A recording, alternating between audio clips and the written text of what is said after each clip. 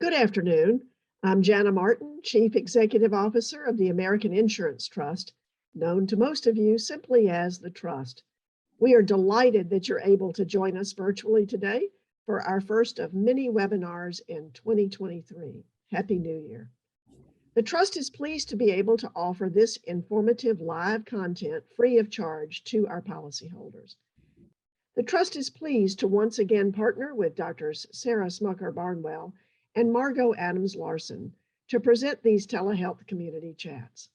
They've done a tremendous job with this series, and I know I and our policyholders appreciate their expertise and the time and effort that goes into putting these together. In the interest of time, I've placed their bios on a slide for you. I hope you enjoy and benefit from our telehealth chat today. Please join me in welcoming Drs. Smucker-Barnwell and Adams-Larson.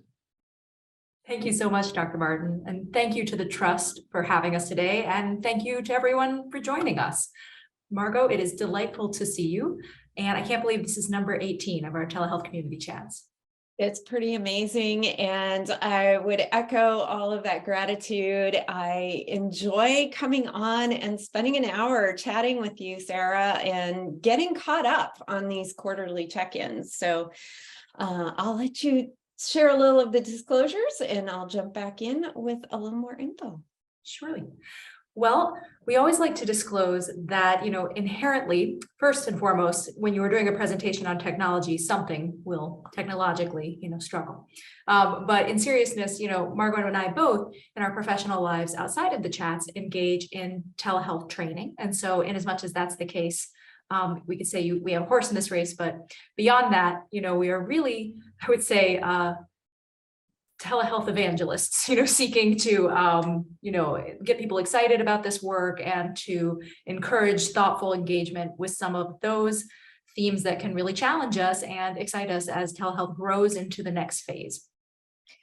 And we've been doing this quarterly, which is, I think, a really nice benchmark to see what's happened in the past several months. Is there anything on the horizon that's coming? We really truly want to bring the practical how-to information and emphasize the ethical perspective of all of our talks and discussions. And so we're really going to kind of theme that through this coming year of really emphasizing the ethical clinical considerations and discussions that we're having. Like Dr. Martin said, you can certainly suggest or send in questions ahead of time, but right now you can drop those in the Q&A box below, and we'll be monitoring that as we go. This is a chat format, so we don't have slides. We don't have a lot of prepared things. We do have a couple things we'll share as we go today, but it's really meant to be engaging and interactive from that question and answer section. So feel free to drop your questions there. And with that, I'll pass it back over to you, Sarah, to just tell us if there's any newsy updates since our last chat, and then we can move into our first conversation topic. Thanks so much. So, I think one thing we're trying to really keep our eyes on is the federal declaration of the public health emergency. So, almost 90 days ago, there was a 90-day extension through January 11th of this, our new year. Happy New Year, y'all, at 2023. There is, I would say, from what I read, from what I hear, an expectation that, again, the PHE, the public health emergency, will be extended, but it's something that we should all be cognizant of. Why? Once more, there are specific rules related to billing and rules related to interjurisdictional practice that some insurance companies and some states have made contingent on the public health emergency. So in as much as that's the case, it's something we should all just have some awareness of and, be thoughtful about. It's not my expectation that things will drastically change the following day, but it's something that we want to just be thoughtful about. So continued monitoring, we should all check in on the 11th and see what happens. Though I do believe the general expectation is we'll get another 90 days. And then I think I shared in personal news, I got my SciPact accreditation I'm very excited about, and I thought I would share that. Encourage everybody else, if you live in a SciPact state, again, SciPact is that interstate compact for clinical psychologists, licensed clinical psychologists, to in a thoughtful, rule-governed way, practice interjurisdictionally. So if it's something you're interested in, I encourage you to take a look and read up more about it on the ASPPB website. So I think that's for newsy updates. But I think, as you were saying, Margot, we really wanted to start off the new year right and start off with a strong emphasis thinking about ethical telehealth. And, the phrase ethical telehealth, I really like, because as we know, telehealth is a big place. It refers to, oftentimes we think of video conferencing based psychotherapy, but it refers to other domains of digital medicine. It refers to when we talk to someone on the telephone, when we chat with someone through a messenger app, when we text with someone, when we email with them. All of these can fall under the rubric broadly of telehealth. And I think under that lens, it's easy for me to conceptualize this as very liminal. We are often engaging in practice that is not well defined yet from a regulatory or professional guidelines standpoint. Psychologists are being asked to truly engage in the process of balancing what we can do and what we should do. And so with that, in our hearts, I think, Margot, you and I had talked about, really spending some time about how do we engage thinking about ethical telehealth and what are the resources we can use to do that. At the central mission of telehealth always is this notion of, what is appropriate care for the patient and how can we get good evidence-based care to the patient in a way that meets their needs. And that being said, it's good news. We do this all the time. I think psychologists as a group are very adept at navigating the balance of empirical guidance with sort of the humanity of the circumstance, what is practical and what we know to be good science. So Margot and I did a little bit of brainstorming and thinking about rubrics for good ethical decision-making in telehealth, yes, but beyond as well.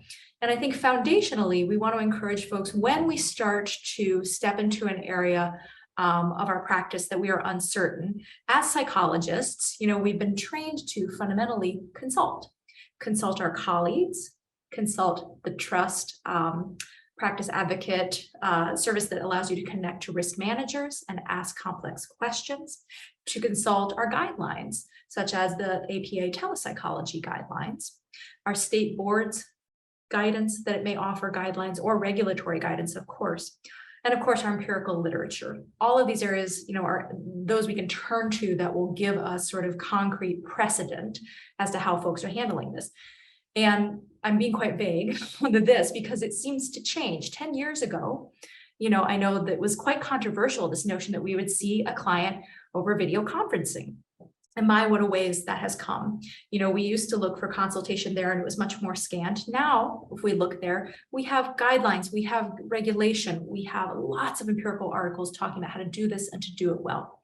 I think as we continue to progress in our application of telepsychological technologies, we're seeing more integration of apps. We're seeing more integration in some instances of artificial intelligence and what I would generally call digital automation. We're seeing these pop up in ways that can have us scratching our heads a little bit saying, okay, is this right for me? Is this right for my practice? Is this good for my patients? And I really just want to refer back, those same structural practices continue to apply.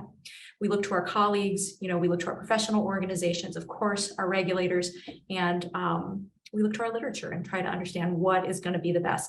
And we document what we've decided, why we've decided it, and who we talked to in this process. And we cite our sources. If we've read through the Trust website that has all these wonderful documents giving guidelines, giving guidance on how best to think about managing our risk, to make appropriate documentation, we cite that. We talk about the consultations we've had, we document that. So I'm going to pause here, but I really just want to acknowledge we're really just getting started. This is exciting. And when it comes to ethical telehealth, this is a broad topic and it is much about thinking through the principles of how we approach anything in its nascent phases as it is any specific practice. I think that's such a great place to get back to the basics. This is something that a lot of providers have seen as quite new in the past couple of years. And yet there's still this, how do we kind of bring our trained, ethical thinking minds to consider this brand new area? And we kind of a lot of us got jolted into it. And now we're starting to sit back a little bit and go, okay, now that I have a few more options and choices now, how am I going to move forward? And I see a few of the questions coming in here as you were talking, Sarah, just on this very specific aspect. Is telehealth here to stay? I think that's a safe one to say yes.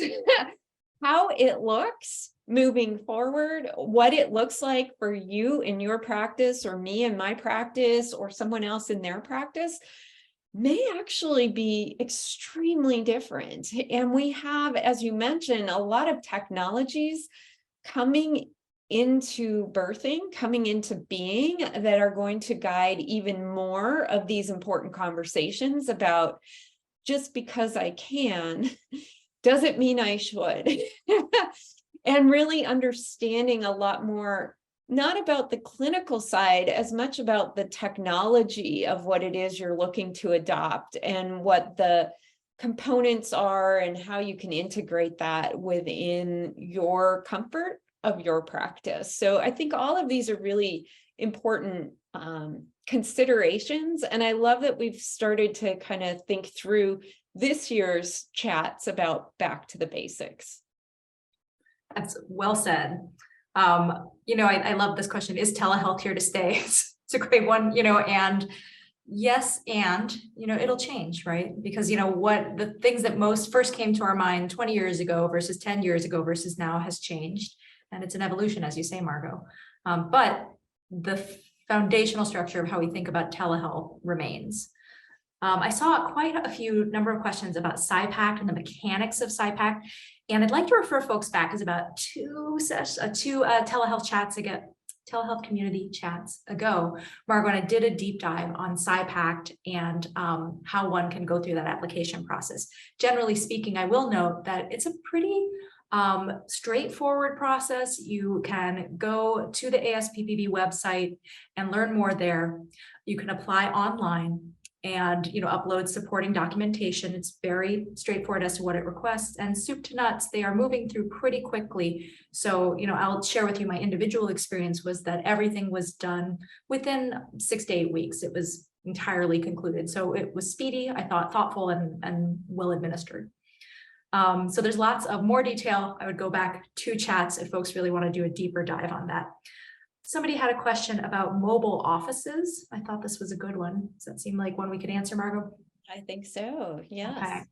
So yes, and actually, if you go back more chats, then we think we talk a little bit more in depth about mobile offices as a construct. Yes, lots of psychologists are making the decision whether or not to maintain physical space, or whether they would like to take their practice to an entirely remote basis.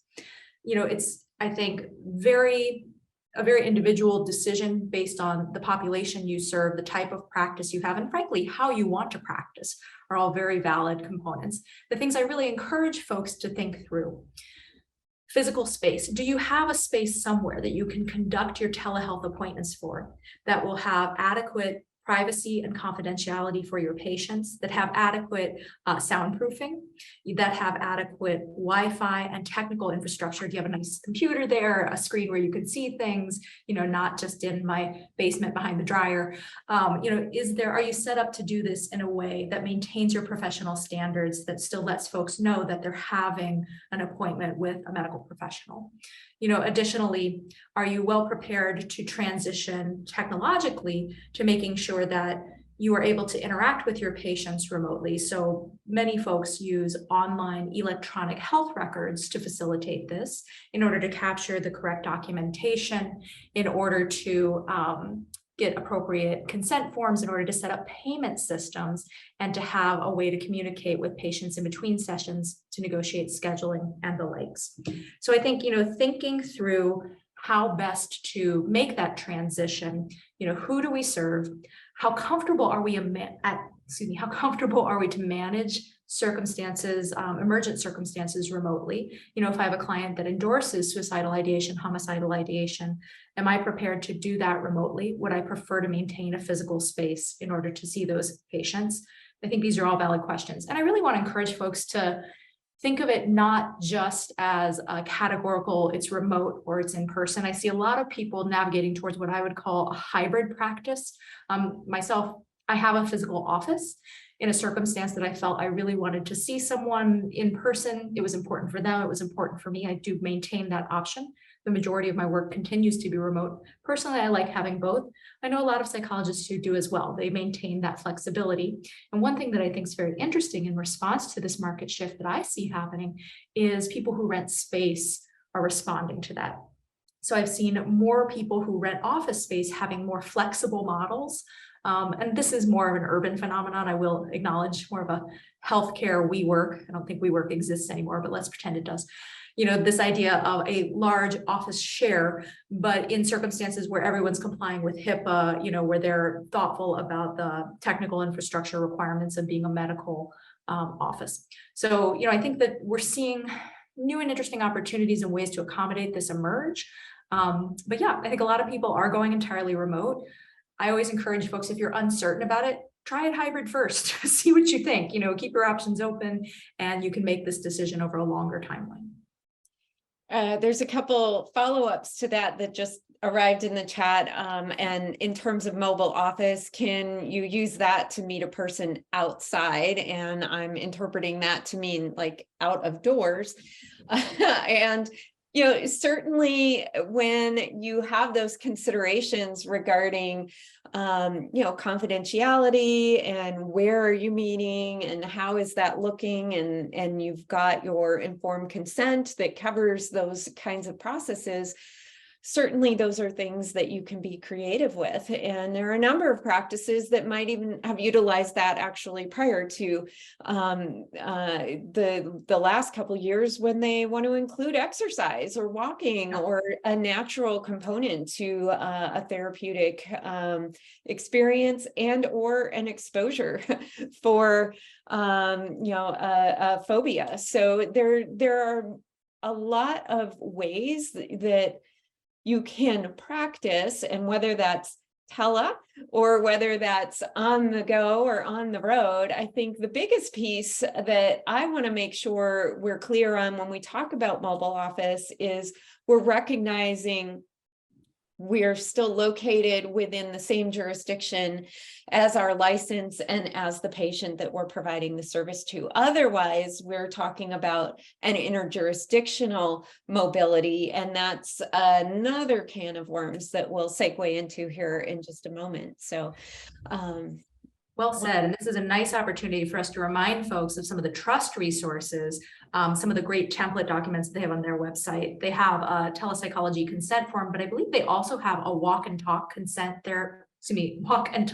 therapy consent form for those instances where we do want to be outside the treatment office, to help folks make sure they've thought through, the risk to privacy and confidentiality inherent to stepping outside the office, and really help document that thoughtful discussion. right. So should we move on to our next topic and then look for more questions? Awesome. Great. Well, it's kind of a good segue, because one of the most common questions we get is some form related to my license is in and my patient is somewhere else. And as Sarah mentioned earlier, we've kind of started talking about a rubric and kind of some decision-making roadmaps for that. But what I wanted to bring back in here is getting back to the basics of understanding licensure. Telehealth is available to many of us because we hold a license to practice providing a psychological service within a jurisdiction. And sometimes we've accomplished that licensure because it's just one of those things. You defend your dissertation and then you go do your experience and then you apply for your license and you just check these off. And not all the time do we necessarily understand kind of the foundation to that. So I wanted to just spend a few minutes reminding us all about the purpose of licensure, and that is at the core to protect the public health, welfare, and safety of the citizens to whom we live amongst, right? And across whatever discipline, whether it's medicine or psychology or social work or construction, the whole perspective of licensure is built upon some minimal competencies that are evidenced through education accomplishments, through experience documentation, and through examination that demonstrate a qualification level that the legislature has decided is a minimal requirement for us to be able to do what we do in practice and reduce the amount of harm that might happen if somebody is doing what we do in practice without having these qualifications. And so licensing boards exist for that sole purpose of public protection. They're not there to serve us as licensees, even though sometimes we're hopeful for that. They're not there to serve the governor, although sometimes that seems to be the thought process. But they are there to protect the public, and they are generally only funded through the cost that you pay for your license. The cost you pay for the exam goes elsewhere. This is the cost of what you pay for your license and your renewal, and that is what funds the licensing boards. There are different structures for licensing boards. They can sometimes be very operational, where the board members themselves are pushing all the paperwork and reviewing all the information. Their board members are making those decisions in many of the jurisdictions. But there are also board structures where they're very departmentalized, and there's a lot of staff that do those kinds of things. And then maybe some recommendations are made by the board as to how the either the licenses or the disciplinary actions are taken. But within those structures, they're all working based on how the legislature, the legislative bodies have written the law, and they're based on how those procedures are meant to protect the public. So ultimately, the purpose of that, the people serving on the board, is really to do the work of how the legislature is protecting the public. And I think sometimes we get confused as licensees because we think they're there to, review our CEs and get our license on time or to answer our questions. And really, it's to serve those in the public who don't have another way of protecting themselves, where there might be something gone wrong or a complaint or a question that a public member or a customer might have, consumer might have. They can call the board, and the board can take action to look into things, to answer questions for them, to let them know whether somebody has a license or doesn't have a license. So that's really the function. And I think it's important to think about that as we review telehealth, because we all practice based on that authority that has been granted to us based on our qualifications. And it comes down to, if we're practicing in a model where our patient is somewhere else or they live somewhere else and we're licensed where we are, who do they make a complaint to? Who do they ask a question of? And so that's the importance of really understanding the licensure process, the model, why SIPAC exists. It's all as a process to be able to help consumers who might not understand this very well. And there's many of us that don't understand it well, so we can't expect our patients and clients to understand it any better. So hopefully that's helpful. Just a quick review. I love it. And it's so well aligned with this notion of thinking sort of the ethical foundations. Like this is why we have these institutions and why we have to engage them as we must. And it's also why the question of interjurisdictional practice is so tricky, because there is not a simple answer to that. Where you are located, if your patient's located in the same place, it's very clear on where they are to ask others questions and where you can find direction and questions.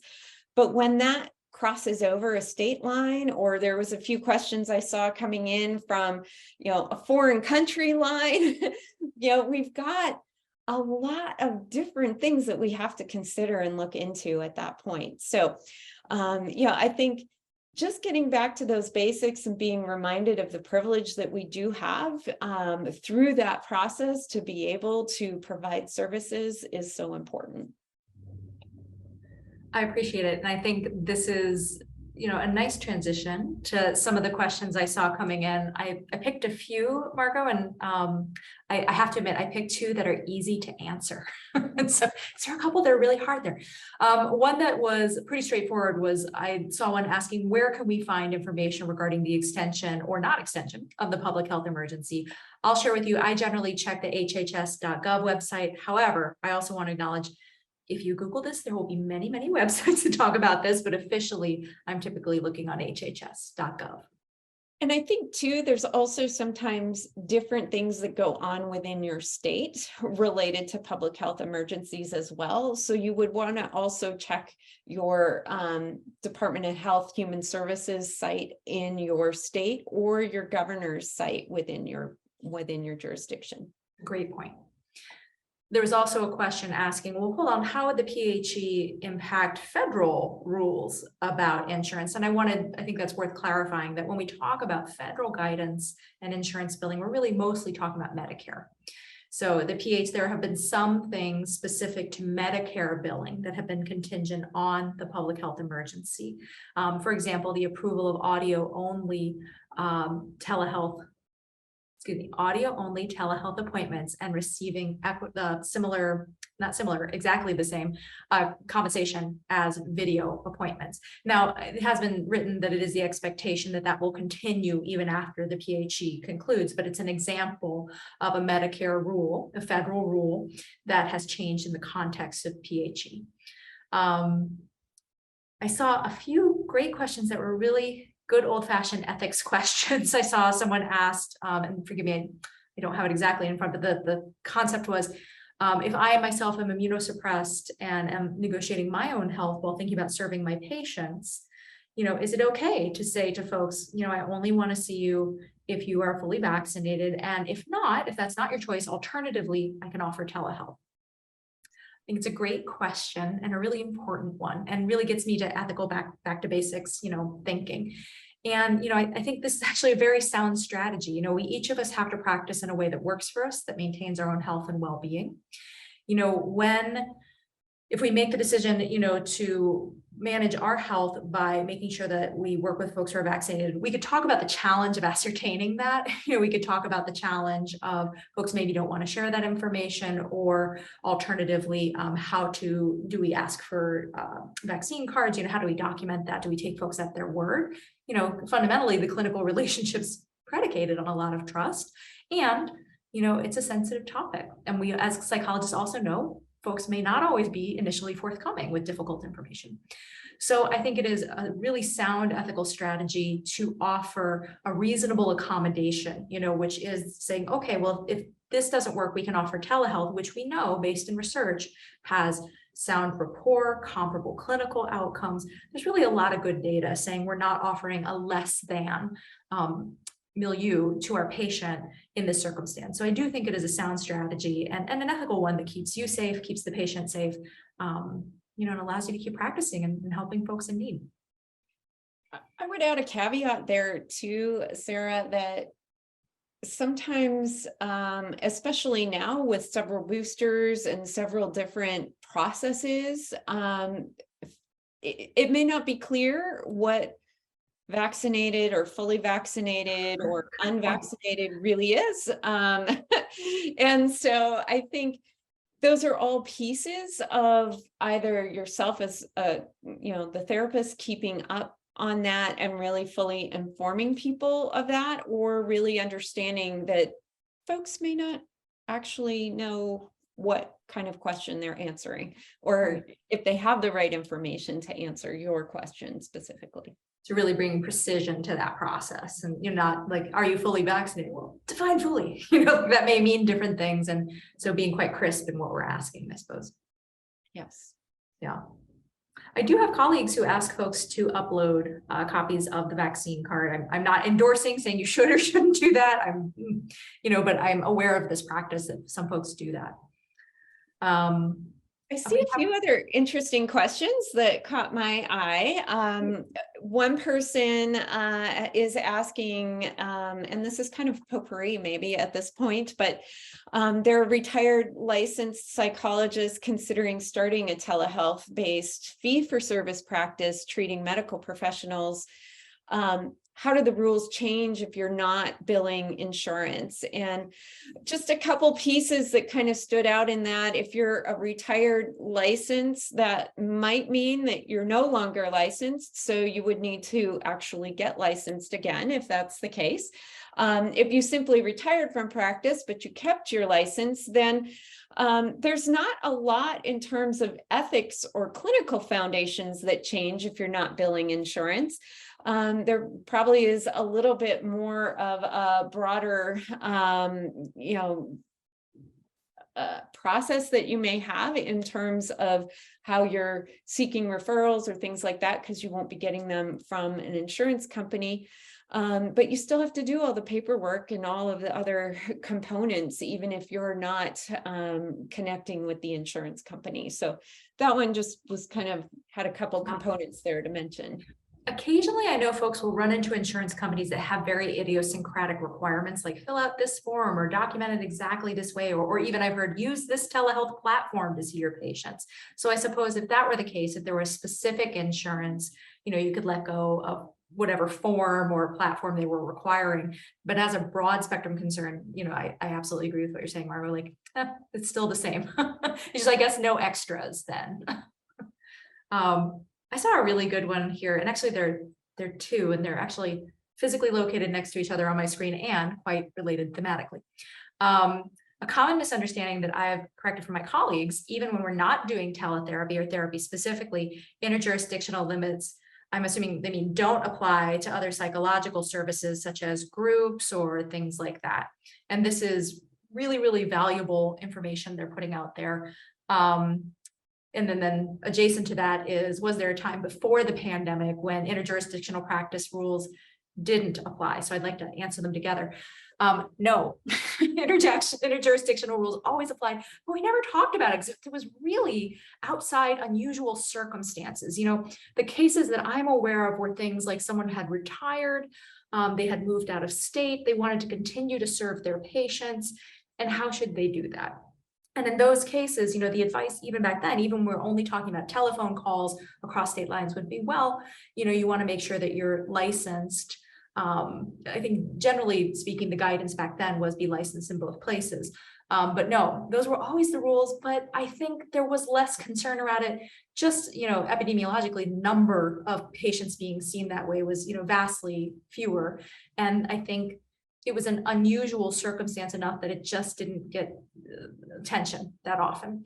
And I really appreciate the point of the psychologist who posted, this issue of any psychological service. So anytime you're working in the capacity of a psychologist clinically, that's an important distinction, but if you're serving a clinical purpose with patients, so that could be a group session, that could be individual therapy, that would be couples therapy, families therapy, that could be a smoking cessation group, a social anxiety group, you name it. All of those life coaching, depending on the state. Depending on the state, yes, it could be life coaching. That gets very tricky, I think. Yeah, very, very sticky. But all of those technically, if you want to manage your risk in the best possible way, we'll treat them like clinical services. You know, if it's anything that could be submitted to insurance and billed, certainly. But even beyond that, if someone could reasonably turn to you and say, well, hold on, were you working in the capacity as a clinical psychologist? You know, from a licensure board perspective, we want to make sure that you're doing that in the area where you are licensed to practice as a clinical psychologist. So it'll keep us safest, you know, to make sure that we're really treating all contact with patients as a psychologist as work that is governed by interjurisdictional practice considerations. And I think that raises a comment I was going to make in terms of some of the questions coming in. The scope of practice for psychology, while similar, can be very different from state to state. Each state defines that in their law. And so some laws define that as a practice. If you're doing these activities that fall under the practice of psychology, some define it based on you can't call yourself a psychologist. Some of them have both that title and practice as the scope of what you might do as a psychologist. And that doesn't mean that other licensed folks in similar areas might not have some similar scopes or do some of the same things within the scope of their licensed law.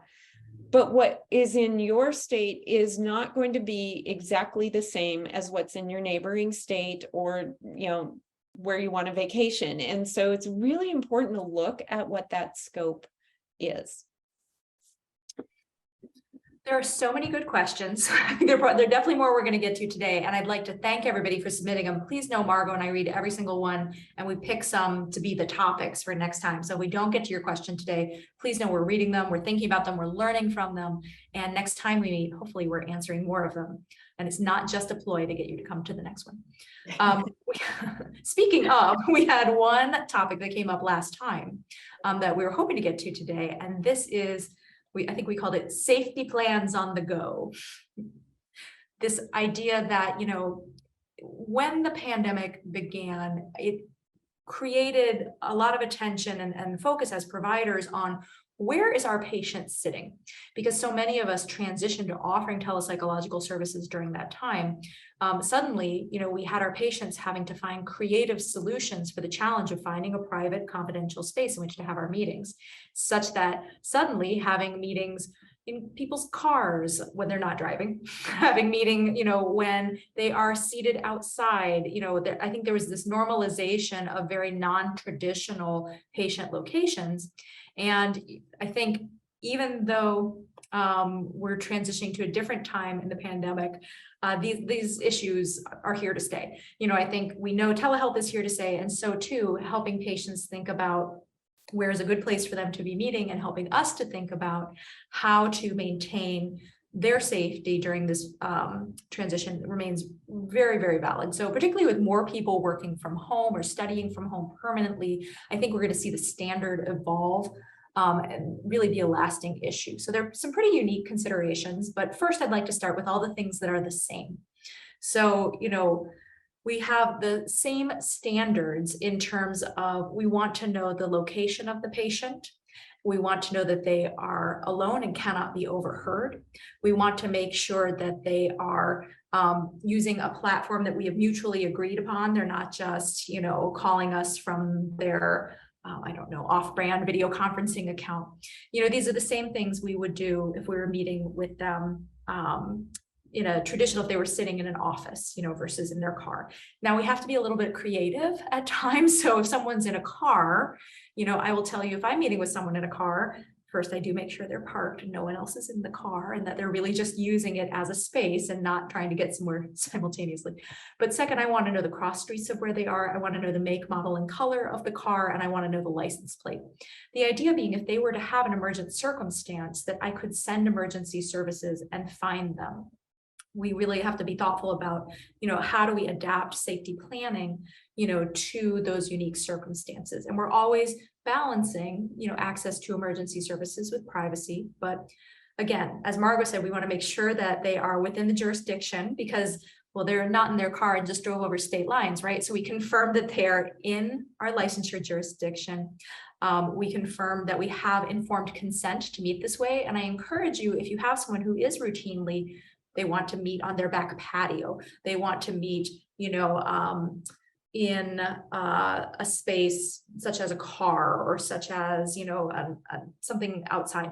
Any of these, I think, to me, merit an additional either blurb in your existing informed consent or an addendum, something that indicates, hey, if we're going to meet this way, you understand that by doing this, there could be unique considerations for privacy and confidentiality. And this is a conversation to have in advance.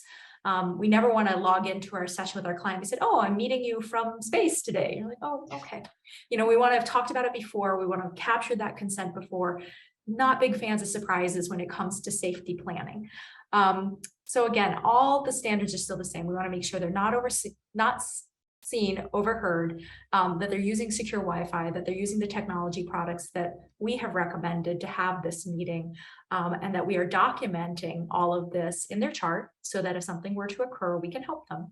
And again, this is that ethical thought process that's for your comfort, and for the clients to make sure that in the event something unexpected and difficult occurs, you are in the best position possible to help your client. And I think that's such a great summary, because we've become aware of what's convenient and or what's more accessible to us, right? Because of how schedules change, because of work models changing. But ultimately, it is our responsibility as the licensed providers to help the patients understand what the boundaries are of that relationship, of that service, of how we conduct business and or therapy in this manner. And so it really does take that conversation. It takes the consent process. It takes planning. And again, it's all for the importance of understanding how can we make sure that this is a safe space for them. And I noticed somebody had said, well, couldn't they not choose? Could the client just choose to give up the privacy? And that's a really big question, because it's not just their privacy that they're giving up.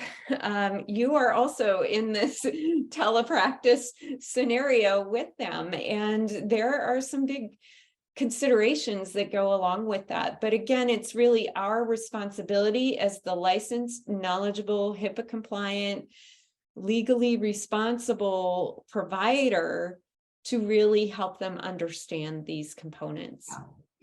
It's a great question. I saw that one. Can the client give up that privacy? Because in some ways, we're constantly having that negotiation. When I have my clients complete a telepsychology consent form, in there is written, hey, anytime you put information on the internet, there's an increased risk. Do I think that I'm at high risk for being hacked by clever hacker? Not really, but the practical reality is there is a greater risk than if we were locked inside a soundproof room together. And that's true, and so I think we're always in this negotiation of asking, what are we giving up for what are we getting? The challenge I encounter, and I wonder how folks on the webinar feel about this, is when I try to have this conversation with clients at various points in my career and say, hey, let's talk about your confidentiality, about your privacy, that information. They are not excited. I mean, I think it could be in part my dry delivery, but it's not like they're like, oh boy, please, let's talk about this at length. Occasionally, someone's really interested in the theme, but more often than not, folks say, I'm just not worried about that. And that's totally valid and totally fine, except we're just not worried about it until something goes wrong. And I think I remember an APA study some years ago that said, the most common reason for legal action to be brought to a psychologist, and there were, distinctions among this category, but was when something that happened in therapy that really defied the client's expectations. So, they thought it was going to be fine this one way, and then something else happens. And so I think, with that in my heart, I'm often quite a nudge about going over and over some of these informed consent themes, because I really do think folks may say, yeah, gosh, it's fine. I'm just not worried about my privacy. I'm not worried about my confidentiality. But maybe they haven't really thought through, when their little sister videotapes them on the back porch having their session, puts it on YouTube. That has never happened to me. I'm not explicitly worried about this happening. I'm just a very worried woman constantly. So, like these types of things can happen. And we really want to not be a sad gray rain cloud, but to encourage folks to really be good advocates for their own privacy and to really think through not just how they feel about it now, but how they could feel about it in the future. And in some ways we could say this is paternalistic, of us saying, well, no, you can't. But I really do think, I agree with you, Margot, like we are the entity who is legally required, to be thoughtful about these themes. And so I do consider it part of my job to be a real stickler on it and to make sure anytime we're giving something up about it, giving up some of your privacy or confidentiality, we've discussed it, we've documented it, and there is evidence that we really talked about this. Right. And, very similar, it is, I think also there's a generational trend where there is a large upcoming generation of folks that live their life out in the metaverse or, out in digital social media. And yet, this is not the process upon which therapy is based. And so I think it does come back to them understanding the sanctity of the therapeutic model and what makes this different from talking with your friend out when you're on your back porch and your neighbors can hear. So I think, again, all of these are kind of getting back to that ethical basis of how do we apply what we know to be that backdrop of ethics, and recognizing that clients might not have all the information they need to have all of the details available to them to make a good decision in that time frame. Yeah. I have a colleague who's an ethicist who I brought this very theme to one time. And I said, gosh, I see this happening generationally, and I see there's just a really different prevailing attitude. And I thought she had the best answer. And she said, absolutely agree. And when those younger people grow up and make the new regulations, then we can totally treat that as the normative standard. But until such time, and the regulation is still written by folks with this, I guess the older attitude towards this, well, that's what we're going to follow. And I said, well, that was nicely concrete for me and I appreciated it. And I think that's what we're seeing. That's The right. older legislation was written before telephones, and then we assumed telephones were fine, and then we had telehealth, right? And so now we've got some new regulations coming in that it's always delayed and always behind. But that doesn't mean it's without regard for that public protection, and Right. such an important component. And it's also for our protection to some degree as well as providers. I saw a great few additional questions. Again, there are so many, we're never going to get to them, but they've been great today. They always are, but they're really hopping today. So I hope to tackle two. One was about international practice and one about telesupervision. International practice, I feel like, is a shorter answer. International practice technically falls, under the category of practicing outside of our licensure. So, I'm not licensed to practice outside of this country. It gets very tricky in as much as, it may even be the case that the country I'm practicing into doesn't recognize psychology as a licensed profession. That'll be idiosyncratic to the country that you're delivering care to. I would say the most risk managed position is to not do this, is to say, well, I'm practicing outside of my licensure jurisdiction. I'm uncomfortable with this. I don't want to. I will acknowledge that sometimes a client is traveling, and some of our state licensure boards may have opined on saying, well, if under those circumstances, we understand that this can happen. Again, we're still technically practicing outside of a license, and were we to have legal issues, it would be hard to defend. However, I also want to acknowledge, I've heard it said by risk managers that you are more likely to have a problem going between states than going internationally. Both are risky though. So, one is riskier, than the other. This is a great example of that ethical balance. I'll be candid. If my client was in Canada for the weekend and having an absolute crisis, and there was an emergent circumstance and I needed to help communicate with them and think about care, I probably would have that conversation, understanding I was accepting some risk in doing that. Canada's a terrible example because we actually do have a lot of rules governing between Canada and America. Let's say they're in France. They're in France now.